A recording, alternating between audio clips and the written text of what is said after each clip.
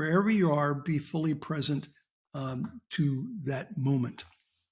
And create margins in your life is another one that we talk about. You have to have margins, like margins in a book where you have space, just space to write your thoughts or think your thoughts. Or for me, it's always been a mental health day once a week. I call it my mental health day, where I'm not going to go anywhere. I'm not going to do much other than hang out in the pool or binge watch something on television, which yes, I do. And it's just going to recharge my batteries. And so I believe in harmony. I think it's possible to have harmony. I think it's almost impossible to have balance. If you're a CEO, entrepreneur, or business owner that can't seem to figure out what is blocking you from attaining the next level of growth in your business, then listen up. I'm Maria de Lorenzo Reyes. I've taken what I've learned in 30 years working inside multi-million-dollar corporations, building my own business, and consulting my clients, and discovered 5 themes that stop a business from scaling. I've created a tool to help you get the answers you need to get unstuck and unlock the next level of growth. Head over to scale.mariadr.com and click the link to get your custom Scale Factor Formula scorecard when this episode is over. Hey everybody, welcome to Finding the Upside. I'm your host, Maria de Lorenzo Reyes. Today in the studio, I have with me a very exciting guest, Dr. Ivan Misner, who is the founder and chief visionary officer of BNI. If you're not familiar, BNI is the world's largest business networking organization, and it was founded in 1985. I'm going to give you a little brief introduction, and then I'm going to welcome Dr. Misner. So the organization now has over 11,400 chapters in 76 countries throughout every populated continent of the world. Last year alone, BNI generated 16.6 million referrals, resulting in more than $24.4 billion worth of business for its members. Dr. Misner is a New York Times bestselling author who has written 32 books, including the newest, Networking is a Marathon, Not a Sprint. And he also writes for entrepreneur.com and is a university professor at several universities. He is called the father of modern networking by both Forbes and CNN, and Dr. Misner is considered to be one of the world's leading experts on business networking. I'd like to welcome you. Ivan, thank you so much for joining me today. Maria, thank you for having me on. I really appreciate it.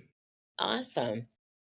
So after that intro, what I'd love to ask is just the idea for BNI, for our folks who are listening or watching. Where did this come from and how did it evolve? Sometimes, an idea is small and then it kind of just snowballs and grows. Can you give us a little brief history of how that all happened and where it got to where it is today? Well, I think the scenario you just described was perfect for what BNI was in the early days. I mean, I'd like to tell you I had this vision of an international organization, but I just needed an organization that I could get referrals from and that I could help my friends get referrals. And it snowballed. It became something much bigger than I anticipated. I think it's a great example of necessity being the mother of invention. Yeah. Networking in colleges and universities anywhere in the world. So many people want to get business through referrals, but they don't know how to do it. And oftentimes they do it wrong. I spoke at an event years ago, and there were like 900 people in the audience. And I said, how many of you are here today hoping to, just possibly sell something? And Maria, 900 people raised their hands. I said, great. How many of you are here today hoping to, maybe buy something? No one raised their hands. Not one single person. So this is what I call the networking disconnect. People show up wanting to sell, but they're not there to buy. And so the reason for that is we don't teach people how to network effectively. And so what they do is they go out and they use networking as a face-to-face cold calling opportunity. And I saw that early on in my networking. And I wanted to create an organization that was focused on business, but wasn't mercenary. And that was relational, but not totally social. And the glue that would hold it together is this philosophy of giver's gain. And that just took off. And as you said, we now have over 11,000. I got a report this morning. It's now over 11,500 chapters worldwide. Wow. Wow. That is amazing. Well, I love the fact that a lot of this was fueled from, the necessity, right? Mother necessity is the mother of invention, as you said, and I totally agree. But I would also, in my experience running a business, I have a business myself for the last 18 years, but even I came from the corporate world. I think even in the corporate world, you said nobody's taught networking, and people sometimes misinterpret what the purpose is and even how to do it effectively, of course. But could you elaborate a little bit more on this notion of giver's gain, and what you mean by that? Because that's really intriguing. Yeah, so giver's gain is an important concept. It's one of our core values in the organization. And it's certainly the philosophy of the organization. And it's more than a phrase to me. It's a way of living one's life. It's a perspective to view and interact with the world. It's an attitude, not an expectation. And when it's applied properly, it'll change someone's life. And when it changes enough lives, it'll change the world. And it's really all about focusing on helping other people succeed in their business. And by doing that, they will be willing to do the same for you. And there are guidelines and restrictions to that concept, but as a general rule, it works pretty darn well. You mentioned in the intro 24 billion. I just got some numbers for what 2025 will look like. And it looks like we're going to end the year passing 17 million referrals, generating 27 billion with a B, 27 billion US dollars worth of business for our members. That's how much money they made. Now, to really put that in perspective, and I love this statistic. If you take a look at the United Nations estimates of GDP, gross domestic product by the United Nations, there are actually 100 countries, Maria, 100 countries in the world with a lower GDP than what BNI generated for its members in the last 12 months. That blows my mind. Wow. That is quite astonishing, and certainly like to be proud of. That is the impact that you have had for not only the members, but really the business communities. Yeah, That and has that's really, I think, the result of the philosophy of giver's gain. We're going to go there. We're going to help each other build each other's business, and when you do that, magic happens. Yeah. Well, I love, thank you for explaining that. And I love the concept. Obviously, it's one that a lot of people live their life by. And I love that it's your values, and that's threaded throughout what the members do and what you as an organization, have the impact, or really are living up to that impact of that aspiration. And I think in general, it's what's interesting to me is I talk a lot about leadership, right? And the philosophy is almost the same in terms of that. It's that how can I serve? Showing up to serve first, right? And you said magic happens, in the giver's game. It's really the same. It's that if you are showing up to serve Yeah. and you do that and help others, even your team with that mindset, then they are more open to and willing to and motivated to give back in the way that we had hoped. So Yeah, I'm glad you brought up the subject of leadership because I have some strong feelings on that. I think that leadership is not about managing and complying. mhm, Leadership is about mobilizing and inspiring. mhm, It's about mobilizing a team, getting them together, and inspiring them to go in a certain direction. Now, that doesn't mean that management and compliance aren't important. Believe me, they are. mhm. But that's management. That's not leadership. Leadership is about mobilizing and inspiring. And I think you need to have both. You need to have that management, but you most definitely, if you want to scale a business and take it, uh, citywide, region-wide, nationwide, global, you have to learn how to scale a business, and that means you need to learn how to lead and mobilize and inspire your team to do the things necessary to be successful in business. Yeah. 100%. And a lot of the, I often am training in companies and training leaders, CEOs, and upper management teams. And, and my own journey as a leader coming from corporate and then becoming a business owner myself and really crafting the art of leadership. I learned that in my corporate role, but quite frankly, I decided to not follow what was modeled because it was more of the command and control, the old style of leadership that really frankly doesn't work in today's day and age. And it Right. probably never really did. People just felt like they didn't have a choice. I think it did But work. Well, yeah, I think you're right. They thought they didn't have a choice. I mean, if you go back into it now, now I'm going to put my professor hat on I love it. because I taught management theory for many years, and the first books on management weren't written until the late 1800s. Hmm. Max Weber, Frederick Taylor, the Gants. These are the people that really started talking about management. And back then it was called scientific management. Yeah. And so there was a science to management and they had it. And it was all about productivity. Productivity, productivity, productivity. That was the first paradigm, I think, of management. The second paradigm was cooperation. And I've written a book on this. It's called The Third Paradigm. And the second paradigm was cooperation. And that's where people started to realize, people are really kind of important to this process.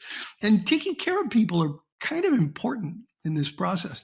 And that really started to happen in the 50s, 60s, with Theory X, Theory Y.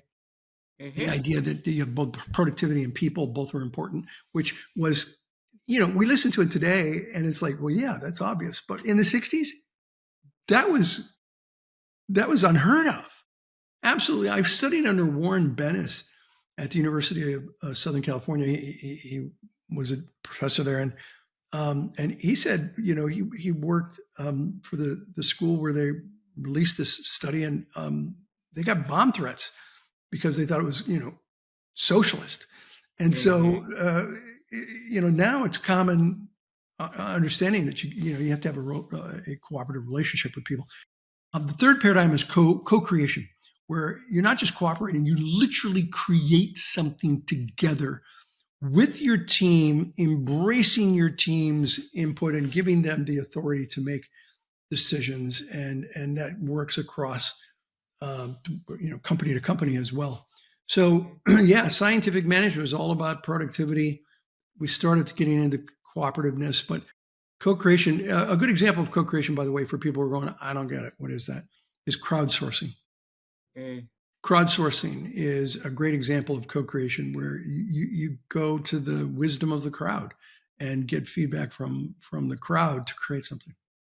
Yeah, The that's third great. paradigm is the book that I wrote on this topic, The Third Paradigm. I love that. Yeah, I love that. Third paradigm. Well, first of all, let me say that anything that we reference and we'll link in the show notes. So I'd love to give people an opportunity to check out that book as well as your other books as well. Let me ask you a question as a follow up to that. As I said, I love what you said in terms of the progression of how things change. And of course, that's my experience as well.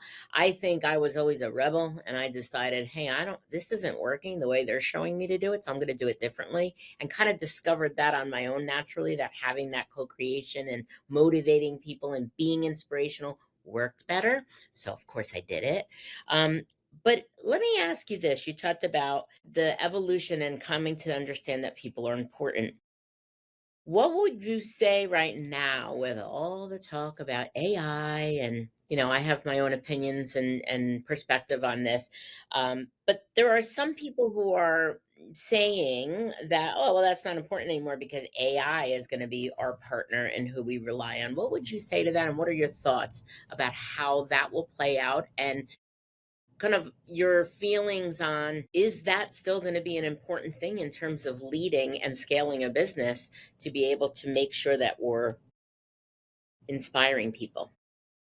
Yes, I think it will. And there's a multifaceted question that you just asked, starting with the phrase that words matter. And I agree, words absolutely do matter. But the older I get, the more I believe less and less in words and more in behaviors. And words matter. So what people say it's important. The only thing more important is how they behave. And so behavior is incredibly important. And I wrote another book that talks about this called Who's in Your Room, which is about the people that you surround yourself with. Who's in your head, who are you allowing into your room? And so behaviors are real important. Now, regarding AI, look, that horse is out of the barn. And so the people who are like, I'm not going to use it, I'm not going to incorporate it, I can't, we shouldn't be doing it. I'm sorry, it's too late. I believe that you either lead disruption or you will be disrupted. And to me, I could give you multiple examples, but my favorite is Kodak. Kodak invented the digital camera. They owned the patent on the digital camera, but they didn't want to interfere with their film processing business. So they licensed out the patent to the digital camera. And there was even one senior executive who wrote a memo that said, we don't want to go down that route, hurt our film processing business. Besides, who's ever going to look at photographs on a computer? So I want your viewers, your listeners to really hear this. You're going to lead the disruption or you're going to be disrupted. Kodak was disrupted by the very thing they created and chose not to pursue. And they were disrupted by that. Kodak could be Apple. They could be Apple. Yeah. I mean, Apple did computers. Who would have thought they'd do phones? Phones aren't in their wheelhouse. But cameras, they were in Kodak's wheelhouse. And had someone said, hey, look, there might be other ways to use this digital camera. Let's start doing it. And then, down the road, they could have incorporated it into telephones. Kodak could have been Apple, but they got disrupted by it. So the short answer to your question is, you're going to either be disrupted or you're going to lead the disruption. I urge people to lead the disruption, meaning I urge you to embrace AI in any way you can and learn about it. None of us have the answer. It's like the internet in 1994, 95. If somebody would have asked me, what's the internet going to look like in 30 years? I would have said, I don't know. It's a great way to send messages to people. I was on CompuServe, and I think, what was the other one? There was another one that was out then. I was on these systems, and you could just send messages, but you had to be on the same platform. Of course, there was AOL. You had to send the messages. I would not have said, 30 years from now, I'm going to be on a live call where I'm talking to somebody face to face, and it's going out on the internet, and thousands of people are going to be able to watch. Millions could watch the message that I have. I wouldn't have seen that coming through the internet. So we don't know where it'll end up, but I do know that if you're not out in front of it, you're going to get run over by it. I like that. I got to write that down. Yeah, that's good. That's really good.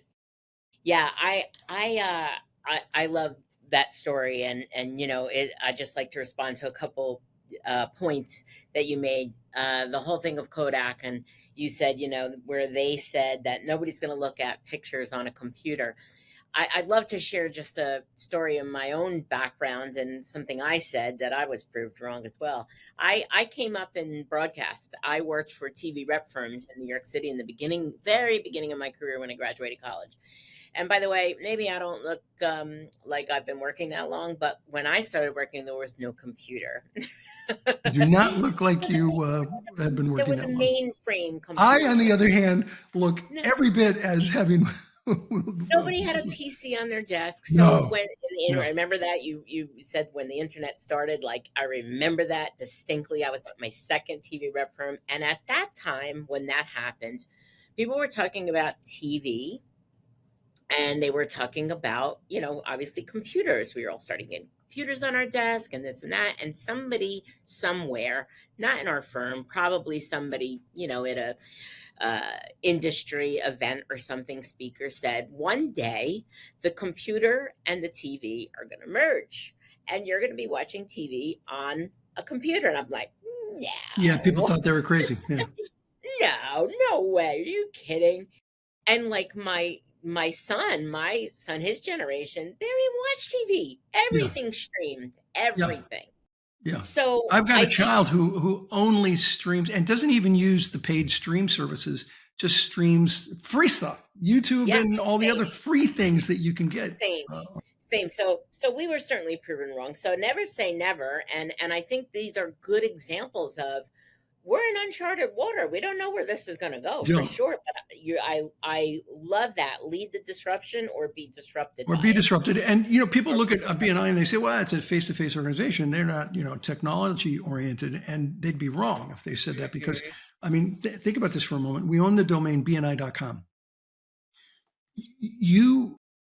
You have to be an early adopter to technology to own a 3-letter domain.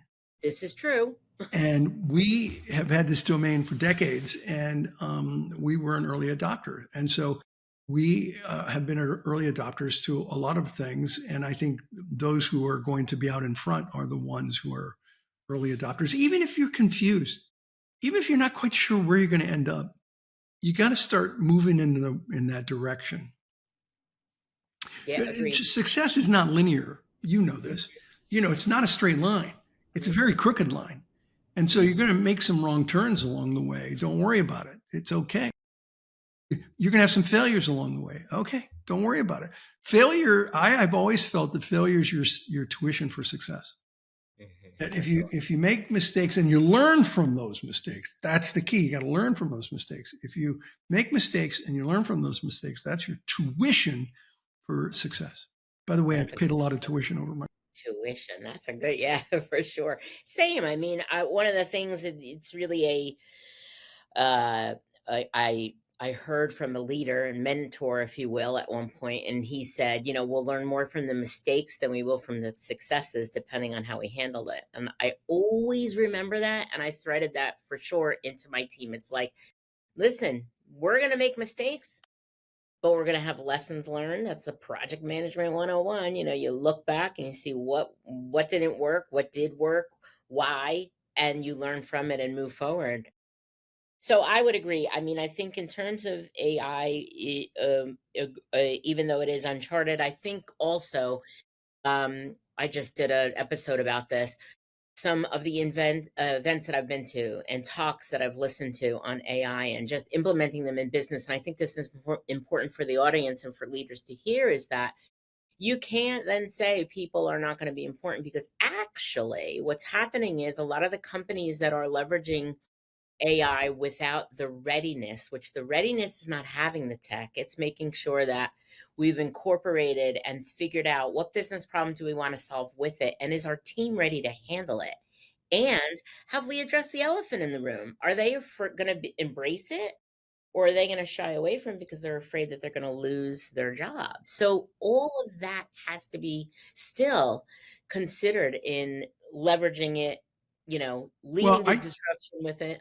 I think if you don't embrace it, you are absolutely going to lose your job. Agree. You know, Yeah, like if good you point. embrace it, are you going to keep it? Possibly, but if you don't embrace it, you're going to lose it for sure. Yeah. And that's the biggest thing that people can gain is learning how to leverage it and use it as their partner, and what business problems can you use to help it, Fix it, yeah. succeed and speed up the work and all of that. I love that. So I would love to move into talking about your latest book.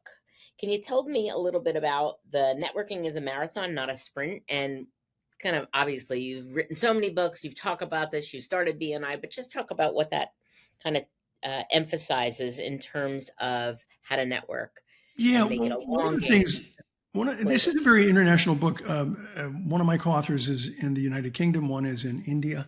And so, but we all had the same experience in our networking in the countries we live in and in the countries that we've spoken in. And that is that a lot of people treat networking, they hope that it's a get rich quick scheme. They hope that, they could just meet people and sell them products or services. They use networking as that face-to-face cold calling opportunity, like I told you earlier, and it doesn't work that way. It takes time. You have to build relationships with people if you want to get referrals. Now, look, you might meet someone at a networking event and stumble over the opportunity to do business at that event, and that's great. But even a blind squirrel can find a nut. You can stumble over business, but that's not the way to build a referral-based business. The way to build a referral-based business is by building relationships. You build relationships, and then people are going to refer business to you.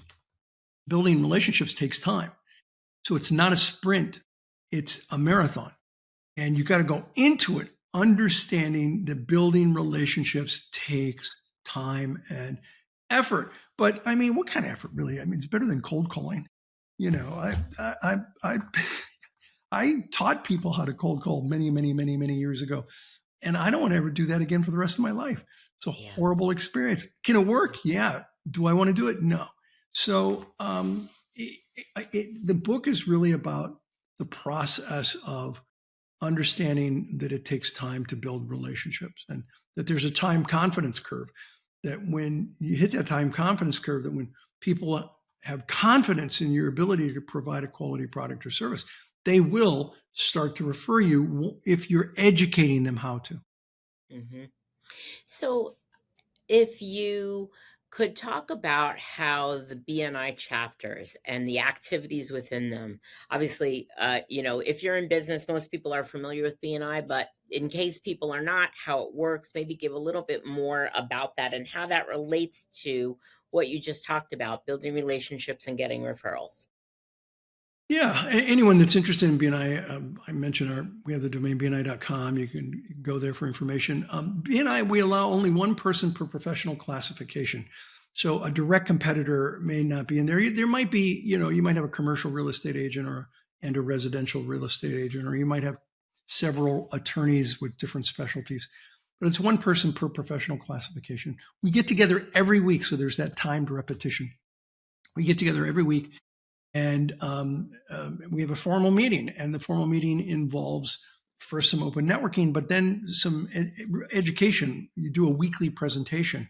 It's short. It depends on the size of the chapter, but it could be a minute, where you talk about one aspect of your business, a little tidbit of your business. And then the next week, it's another tidbit, and the week after, another and another and another. So over the course of a year, you've done a pretty good job of educating your referral partners how to refer you. And at one point or 2 points throughout the year, you'll have a chance to give a 10-minute talk or a 12-minute talk to go into more detail and answer questions.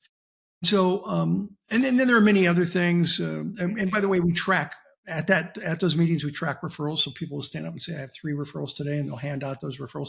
That's how we know that in the last 12 months, we did 17 million referrals and generated 27 billion from what the members report, based on what they enter into our computer system, BNI Connect. So we literally have 11,500 meetings every week all around the world.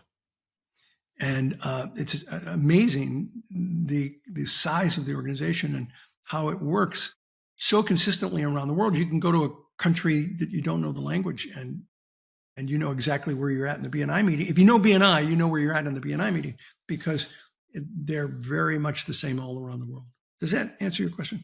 Yeah, so they operate really the same all over the world, and the same structure manual, is the same, same and the same process. manual, all that. Yeah, I remember I was in Sweden. First time I ever heard BNI in a different language was Swedish, and Swedish, it's not like French where you might pick up a word or two. Or I grew up in Southern California, so you pick up a little bit of Spanish. Swedish is it's Swedish, and it's got this sort of sing-song kind of tone of. So I'm listening to this entire meeting in Swedish, and one of the members leans over and says, "You have no idea what he's talking about, do you?" And I said, "Yeah. He's introducing the referral part of the meeting. He's explaining if you have a referral, give it. And if you don't, you give a testimonial." And he said, "Wow, you speak Swedish." I said, "No, I wrote the agenda. That's what happens now." And he said, "That's exactly what he's saying." I say, "I know. The program is very consistent worldwide. It's that consistency that makes business successful. And so for your listeners, your viewers, I think one of the biggest mistakes that people make is that they chase too many bright, shiny objects. You want to be successful in business, do 6 things 1,000 times, Yep. not 1,000 things 6 times. And it doesn't have to be 6, it can be 5, it can be 7, but you do a handful of things and you do it over and over and over again, consistently over time, and you're much more likely to be successful. Yeah. That's amazing. I before we move on, because I definitely have a question relating to that, the bright and shiny things. So I think a lot of entrepreneurs and leaders business owners can tend to get distracted with so many new things. But you clearly have stated that the operations are the same, that the BNI groups run the same way. I love that consistency and structure. Are there any differences, just out of curiosity, that you've noted or that you can talk about that have to do with cultural differences because of another country or just different business landscape and how that might be reflected in the BNI group? I would say that they're minor and that it goes counter to what everyone says about doing business globally. And one of the reasons, I mean, there's several reasons why I say that. First of all, it's not Americans doing business immediately with Brits who are doing business with the Japanese who are doing business with Australians. It's a local community. It's Main Street of whatever country, whatever city. So it's Mexican business members doing business with Mexican business members. And so the cultural similarities are there. We're not asking them to change culturally. And what a lot of people don't think about is that there's another culture completely, and that's the culture of entrepreneurism. Mm-hmm. And what we have done in BNI is we have an overlay that's gone on top of the cultural context. And we're not telling anyone to change their culture. So, in Australia, instead of saying good morning, everyone, they might say good day, mates. There'd be those little differences, but there's this culture of entrepreneurism and nobody ever thinks about that. And what we tend to look at as human beings is we look at our differences and not all the similarities we have. And someone, I remember once somebody said, well, BNI will really struggle in Japan because just the business card thing. I mean, Americans will just toss a business card at someone. It's not a big deal. But Japanese have what's called the maishi ritual, where if you've ever been to Japan or Asian countries like China, a little bit in India, they hand a business card and bow, and you accept the business card, look at it, maybe comment. Never, ever, ever, ever write on a business card in Asia, and particularly in Japan. Don't even ask them if it's okay. It's rude. So there's those cultural differences. So people like, the BNI thing's not going to work because Americans will toss a business card, but the Japanese have this ritual. And I said to them, yeah, but we're both passing out business cards. I'm not giving a rock, and they're given a business card. We're both given out business cards. And so we have this tendency as humans to count all the differences and not the similarities. And there are so many similarities in successful business people worldwide. And all we've done is provide an overlay, a business overlay on top of the cultural context, not tried to change the cultural context. That's super interesting and also really valid point, because there's a culture, just like there's cultures of doctors, there's behaviors and operation of doctors. Doesn't matter the specialty, there's that similarity, right? So that's very clear that the culture of an entrepreneurship kind of overlays. And I love the example of the business card, because you're right. You could focus on the differences, but you're right. We're both handing out business cards and being just open to, okay, there's a different procedure, but it is the same thing, right? It's the same thing we're handing out, just we're handing out differently. I love that. Yeah. Yeah, that's super interesting.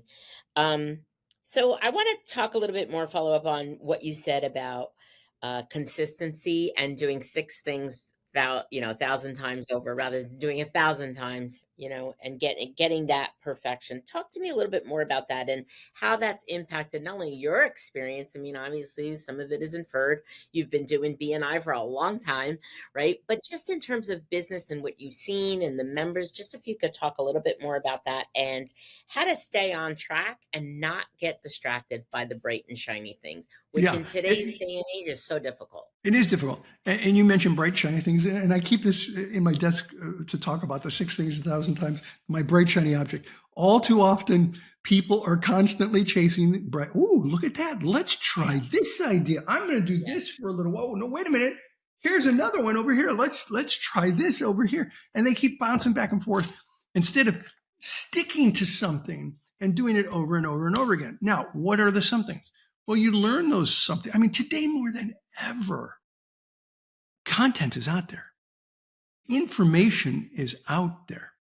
And so you find somebody who you respect and admire. You find shows like this where you can find individuals who you respect and admire, and then you take their suggestions and you employ their suggestions and you do it consistently. And by the way, you got to do your vetting of the people that you are going to follow. In some cases, there's one New York Times bestselling person who is giving advice to people on throwing events, and I know the guy. And the big event he always talks about, he lost his shirt on. He lost a boatload of money on, but it was a big event. And so, do your due diligence. Learn a little bit about the individual, the person, and if they, remember I said, the older I get, the less I believe in words, the more I believe in behaviors. If their behaviors match their words, then those are the people to follow, and those are the people to listen to. And you pick a handful of things, and you do those things over and over and over and over again from advice from people who have been successful. And you too will be successful. And don't worry about making mistakes. You'll make them. It happens.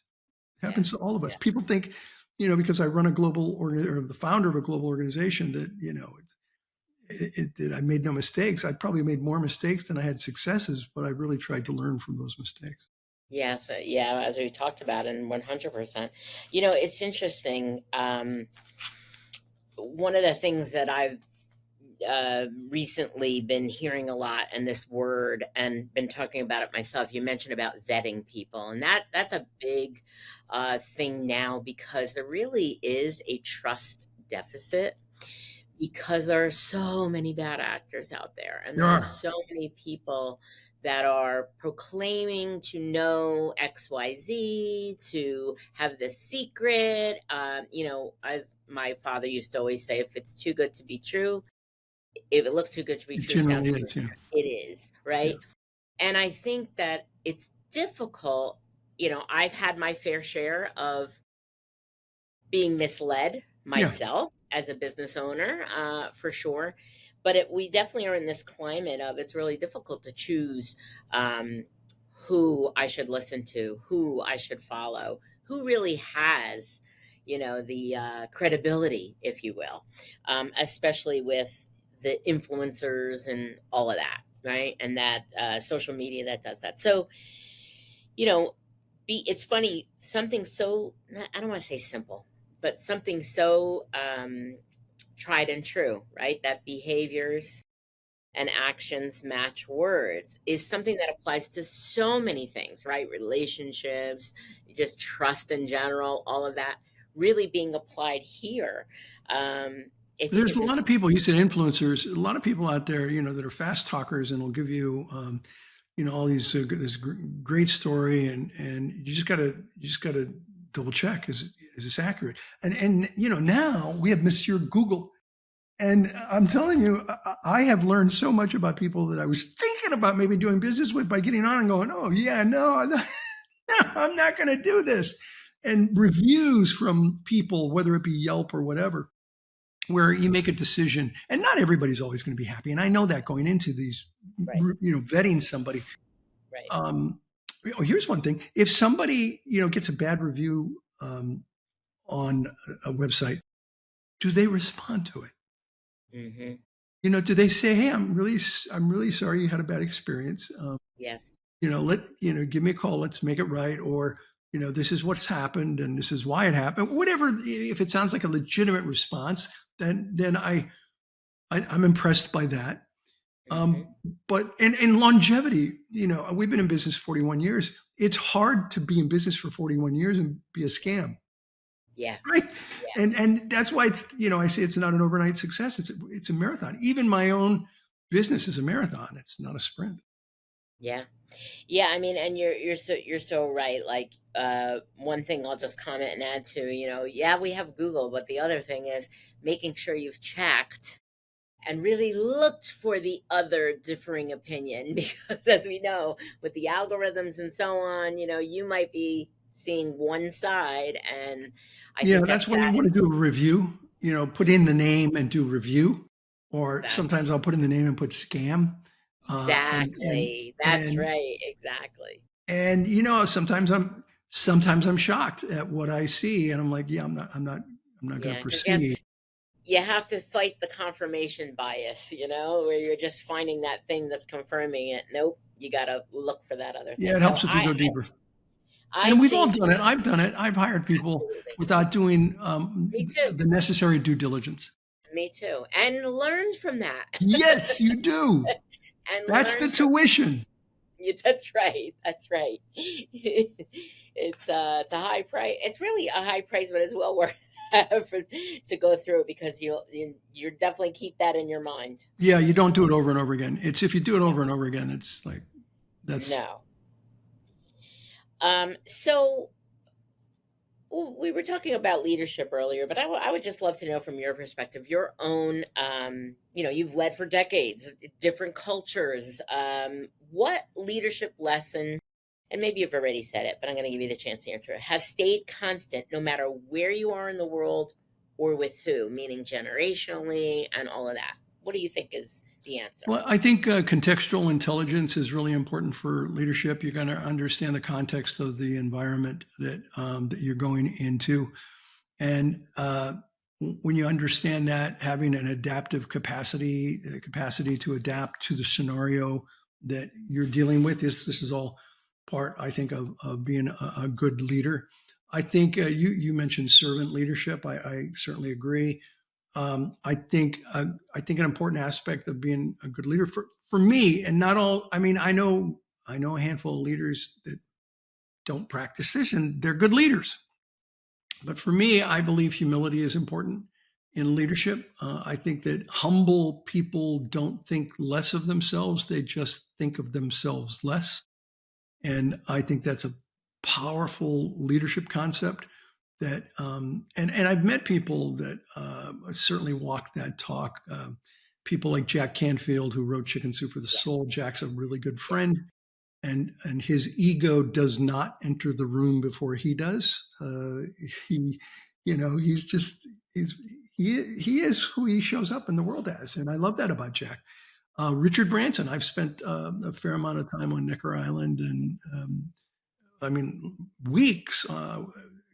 Getting to know Richard. I, I can't say he's a friend.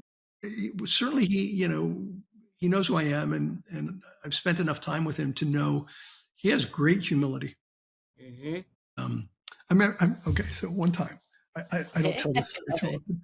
One time, I was on Necker, and he had to leave for the day, and he took off, and his staff were there, and I was like, okay, okay, okay. How is he really? I mean, tell me how he really is to work with.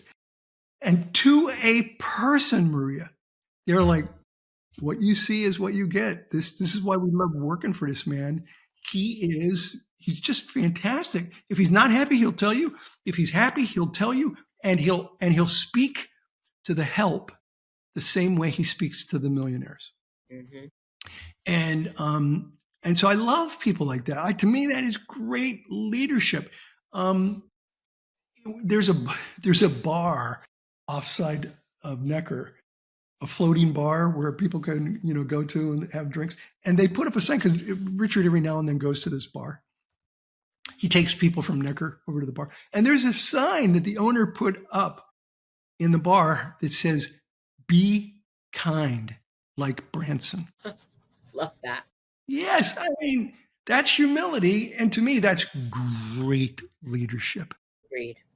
Yeah, agreed. You know what? I mean, first off, one of the best things that he said that I love and hold dear to, in regard to leadership, but also business and customer service is take care of your people so well that they'll take care of your customers. I mean, Yep. it's Yeah. super simple, but that is his philosophy.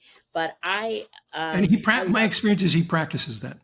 That's right. And so, it's funny because in leadership training that I do, there's one exercise that I've been doing for years. And it's basically on purpose trying to identify the traits of what makes a great leader. But all these leaders sitting in a room, what I ask them to do is go back to envision the best leader they ever had. And a lot of people are like, and it's not one person. Okay, maybe it's a collection of characteristics that those people had that if you rolled them all up into one. And I on purpose put them in the position of observer, right? That they're in the seat of thinking of leader that they thought was great and talk about all those characteristics and why they're important. And I swear to you, I've done this exercise thousands of times with thousands of people in different industries, in different types of businesses. And the characteristics are always the same 30 or 40. Humility is one of them, no ego, positivity, and all of that. Like all of the things that come up being accountable, being a supporter, being a motivator, inspirational, visionary, all the different things, and explaining why that's important, what happens when it's not. And the reason why we spend so much time on that, I tell them, is because you need to know what this looks and feels like. And then we have this great list of characteristics. And then I say, these are your words. This is what you told me makes a great leader. Now, your job is to look at this list, turn the mirror back on yourself, and ask if you hold these qualities. But And Maria, do they have to have, I don't think they have to hold them all. They need to hold a no, handful of them and no, hold no. them really well. No, but that's absolutely. But then that's the thing is that then say, before you just say you have these qualities, now think of an action or a behavior that shows that you Yeah. actually do have it. Yeah. And that's a big eye opener for a lot of people because I think a lot of people might think that they're being positive, but maybe they're not being perceived at that. They might think that they honor honesty or transparency, and are they actually doing that in their behavior? So, I love talking about that because I also think that because I've done it so many times and it's always the same thing, and the reaction is exactly the same. I think it's a good way to understand it. And really hold true to this. It's not what people say. It's not values that people have on the wall. Are they Right. actually living them? Yes. Right. Yeah. 100%. Yeah. So, I'd love to. I'm going to close our interview with one special question, but before we do, I'd love for you to talk a little bit about. You've been honored for philanthropic work, including work with the Red Cross, of course, the BNI Charitable Foundation. I'd love you to elaborate on that. But tell me a little bit about that, and how has that service shaped your own leadership and business philosophy? Well, I can't speak for others, but I think that I personally have an obligation to put back into the communities from which I draw. And the communities I've done business and have taken good care of me. I'd like to think I've taken good care of them, and it's been reciprocal. And so I have, since I was a young man, participated in nonprofit organizations. When I had no money, I was a big brother. And so it was, it's time, talent, and treasure. Yeah. That's how you can contribute to the world. And so it was time that I contributed as a young man. As I gained more experience, I started to share talent and be on boards.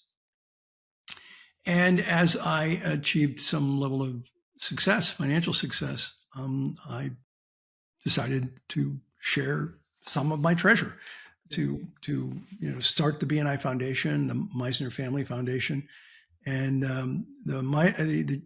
both foundations actually focus on children and education. Those are the areas that my wife and I really think are important. Children represent 20% of our population, but they're 100% of our future. Mhm. And so there are many good things to put your energy on. I would urge business people to find something that lights them up and focus on that. And for us, it's focus on children and education. I love that. That's beautiful. And that's also something that I also share, that philosophy of giving back, and you, the way you said it was beautiful. You feel an obligation to put back into the communities you pull from. And that's one that I aspire to do, as in the same way, share some of my successes and my treasures as well. But I also think that I share an opinion that it is totally reasonable and possible to be successful at business and give back, right? That profit and philanthropy go together. And there are some people in the business community that it's all for the profits and it's all for the money. And so I love that you're highlighting that. But what are your opinions on that? And you've said focus on children; they are our future. But how could we encourage more business people to know that those two things are not mutually exclusive? Being successful in business and also giving back. Well, there's a well done book called Conscious Capitalism Hmm. that talks about um, making money and being consciously aware of your environment. And I'm not talking about the environment. I'm talking about your community. And I would recommend people take a look at that book. And it's got great advice, and it also has really good data that shows that people who are conscious capitalists who serve communities Uh-huh. actually make more money. Yep. Yeah. And Yep. so, I love that. and I think that's fantastic. I didn't start serving communities because I read that book. I read that book and I was like, well, this absolutely aligns with my philosophy of giving back to communities, and I certainly have grown over this time. So I think I'm a case in point for his philosophy. I love that. I love that. I love the book. We've actually talked about that book on this podcast. So I'm glad that you brought that up. And we'll also link that in the show notes. That's a great book to read, and really highlights what we're talking about. So, first of all, I want to say thank you so much for being here and sharing all of your wisdom. But before we go, I do want to delve into a little bit of your personal curiosity and some of your hobbies, and how if we'll share part of your bio. It says that you are an amateur Magician, magician, yeah. and a black belt in karate. Two very different disciplines, by the way. Very different. And I did the magic because my kids were growing up, and I was actually became a member of the Academy of Magical Arts, known as the Magic Really? Castle in Los Angeles. But my kids are all grown now. Maybe as my grandkids, I'll get back into the magic as my grandkids get a little older, and I'll do some magic for them. I did martial arts for many years. I had some health issues and stepped down from the martial arts, but both were great experiences. And I think it's important to have hobbies that you really enjoy. I've got a boat out here near my house, and I go out on the boat regularly. I've got a telescope, and I love doing viewing the planets. I find most interesting to look at. The ice caps of Mars. On a good telescope, on a good clear day, you can see the ice caps of Mars, and of course the rings of Saturn and the red spot on Jupiter. And it's not as dramatic as you see in a book, but you've seen it with your own two eyes, which is really quite amazing. And art, fine art. I love fine art. And what's interesting, and wines. I love wine. I have a really nice wine cellar. What's interesting about most of those interests, other than the boating, it was picked up from a class that I had in college, one class or another that I had in college that, and they're all liberal arts kinds of courses, a course on wines and a course on art and a course on, well, astronomy is science, but Hmm. they became lifelong interests of mine and are to this day. And how important, is that to balancing out your life? And if you could talk to others, because I think in this day and age, some people don't participate in hobbies and they, Yeah. get lost in that. And what does that do for you? Well, I And how can I I can tell your audience what I think the secret to balance is. Mm. You ready? Yeah, ready. Forget about balance, you'll never have it. Now, people hear that and they go, "Oh, God, I thought I was going to get something good." Well, I hope to give you something good. But here's the deal with balance. When you think of balance, it's like scales, and your health has to be completely in balance with your spirituality, which has to be in balance with your business, which has to be in balance with your personal life, your family. All of that's like it's like scales. And the truth is, particularly for entrepreneurs, business people, it's more of a juggling act than it is a balancing act. And so, and we talk at length about this towards the end of Who's in Your Room. I don't believe it's about balance.